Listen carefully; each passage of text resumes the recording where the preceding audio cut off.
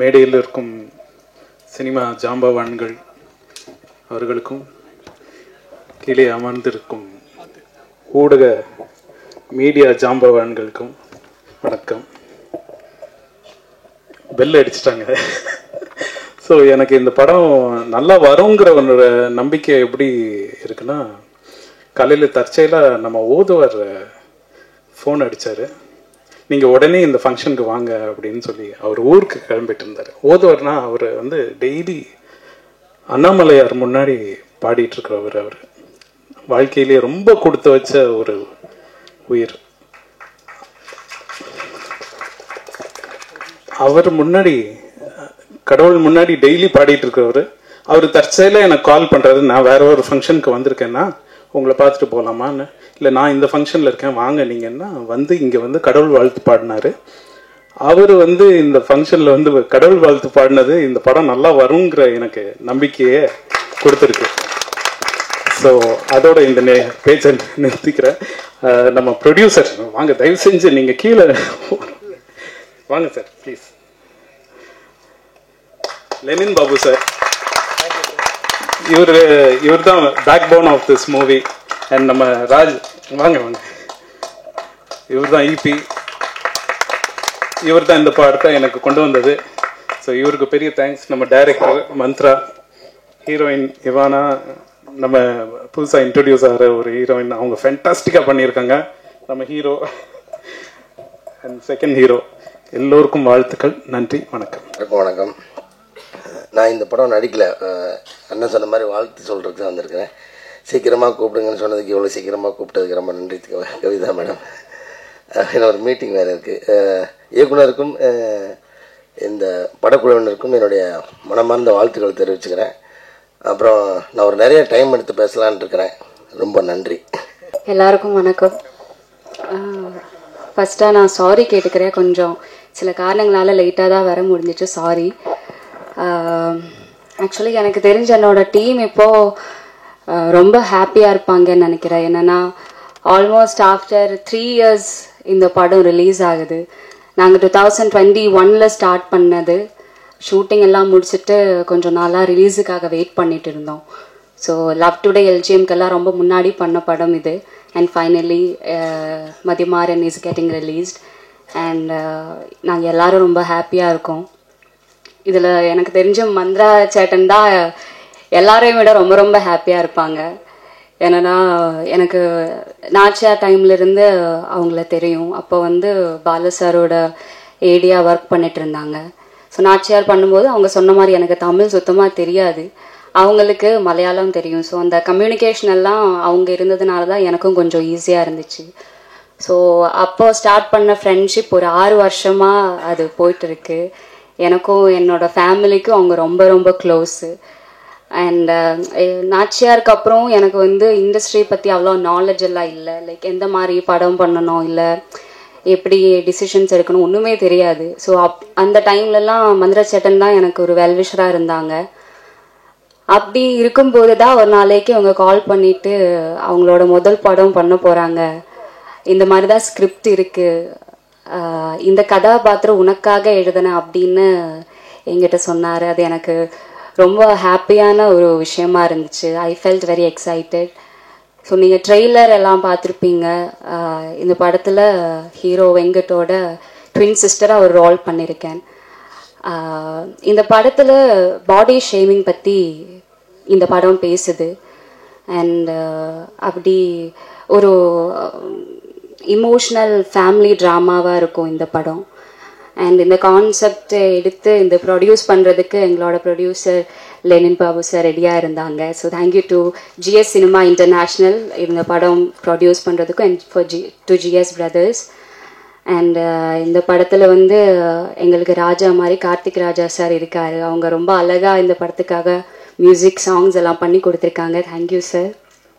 And நம்ம நாச்சியார் சூரராய் போற்றெல்லாம் edit பண்ண சதீஷ் சூர்யா சார் எடிட்டிங் பண்ணியிருக்காரு.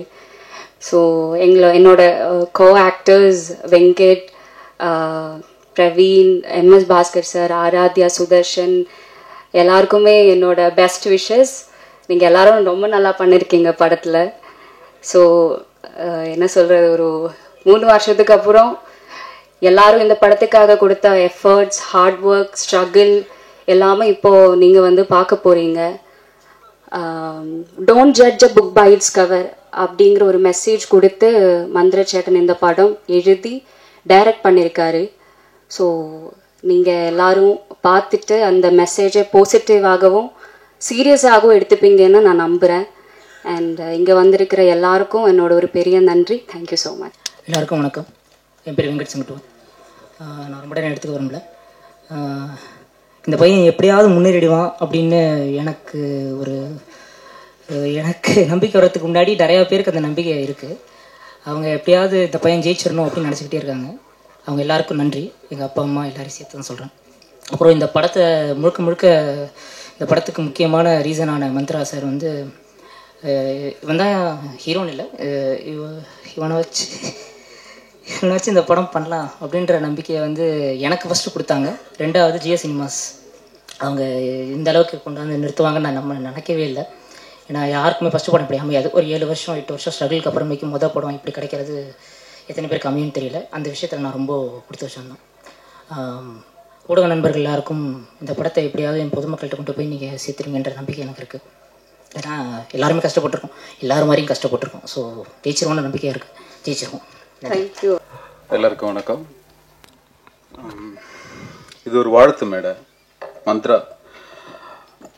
மந்த்ரா வந்து ஏற்கனவே டைரக்டர் ஆனவன். ஒரு 6-7 வருஷத்துக்கு முன்னாடி ஒரு படம் ஆரம்பிச்சு அது ட்ராப் ஆகி படம் நடக்கல. அந்த படம் அதுக்கப்புறம் பல போராட்டத்துக்கு அப்புறமா இந்த கதையை எடுக்கிறான். அதான் தெரியும். என்கிட்ட ஒர்க் பண்ணிட்டு அப்படி அடுத்தது பாலாசாரிட்ட போய் ஒர்க் பண்ணான். முதல் படம் எடுத்து பாதியில வராம இருக்கிறவனுக்கு இருக்கிற வலி வந்து யாராலையுமே வெளியில சொல்ல முடியாது. அது ஒரு பெரிய வலி. அந்த போராட்டத்துக்கு அப்புறமா அடுத்து ஒரு படம் எடுக்கிறான்னா வியாபார ரீதியா ஒரு படம் வரும். இது அவங்களுக்கு சேஃபா இருக்கணும், இவங்களுக்கு சேஃபா இருக்கணும், இவங்களுக்கு கொடுக்கணும், இப்படி கொடுத்தோம் நம்ம தப்பிச்சிடணும் அப்படின்றது ஒரு திங்க் இல்லாம இப்படி ஒரு படத்தை எடுத்ததுக்கு ஃபர்ஸ்ட் ஆஃப் ஆல் அவனுக்கு பெரிய ஒரு வாழ்த்துக்கள், பாராட்டுக்கள். அந்த படத்துக்கு அவனுக்கு ஒரு பேக் போனா இருந்து எடுத்த அந்த ப்ரொடியூசர் அவருக்கு மிகப்பெரிய வாழ்த்துக்கள்.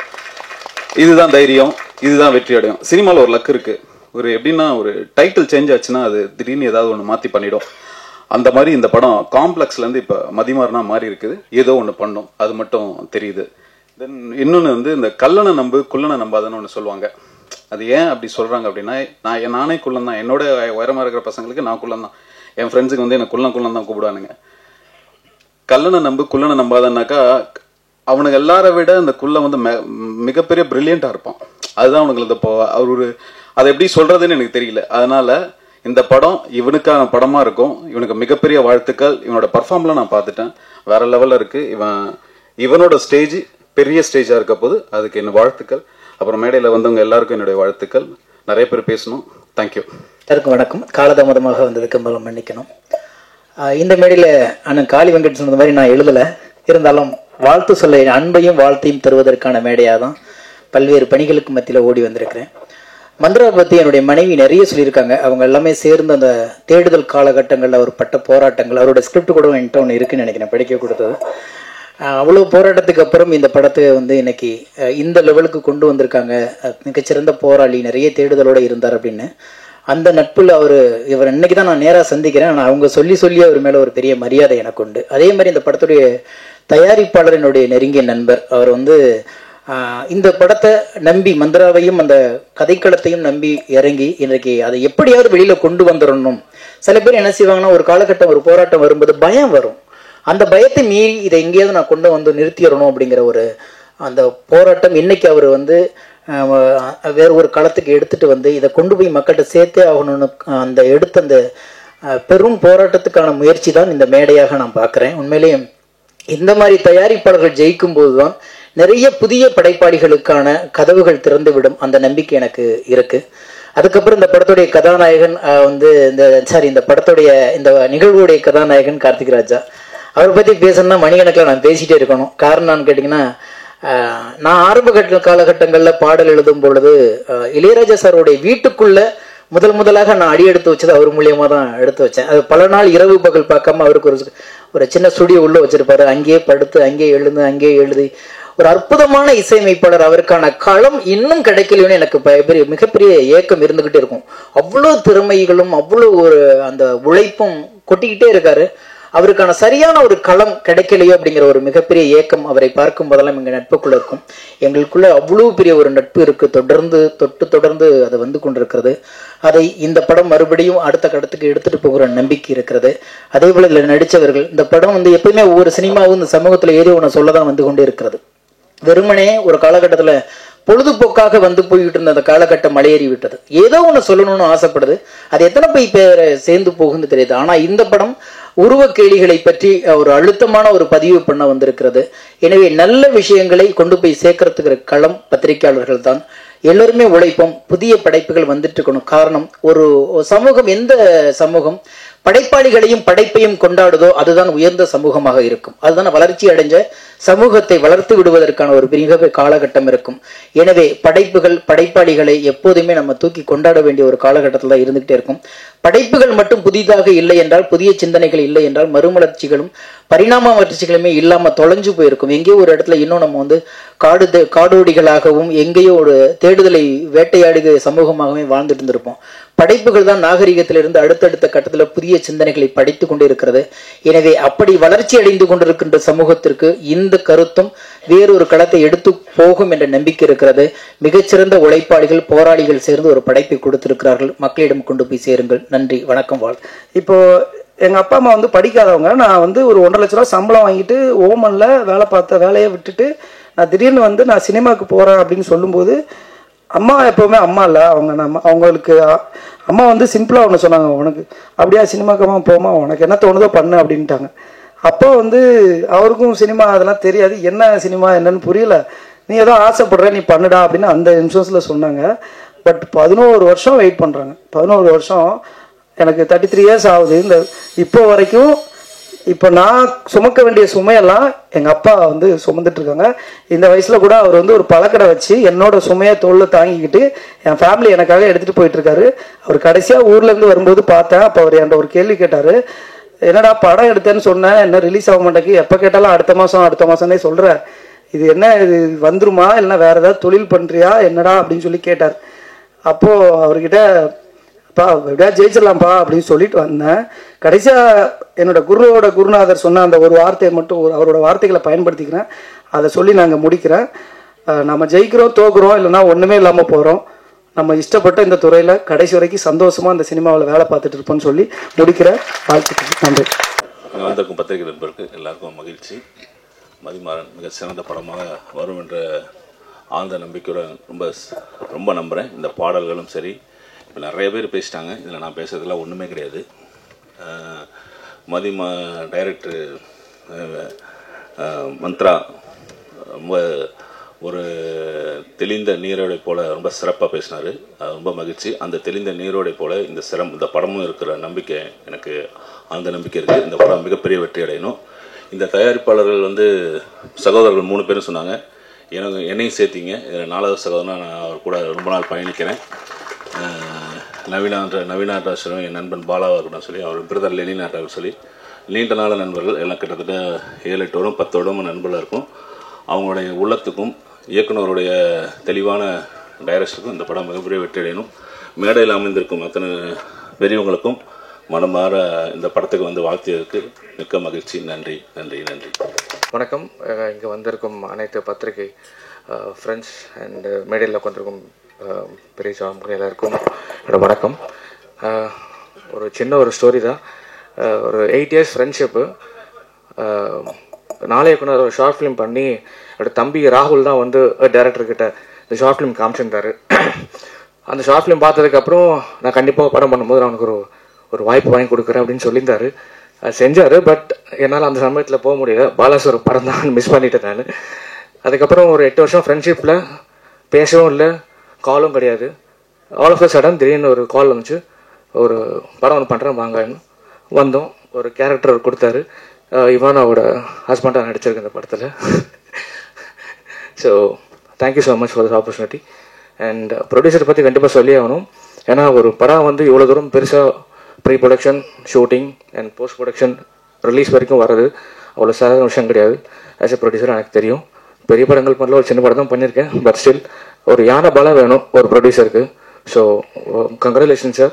உங்களை மாதிரி பெரிய பெரிய ஆட்கள் வளரும் டைரக்டர்ஸ்க்கு வாய்ப்பு கொடுக்கணும்னு சொல்லிட்டு I am so happy and thanks for this opportunity. Thank you. Hi, எல்லாருக்கும் வணக்கம். Mathimaran. So Mathimaran is a story of a commoner, the struggles he faces. So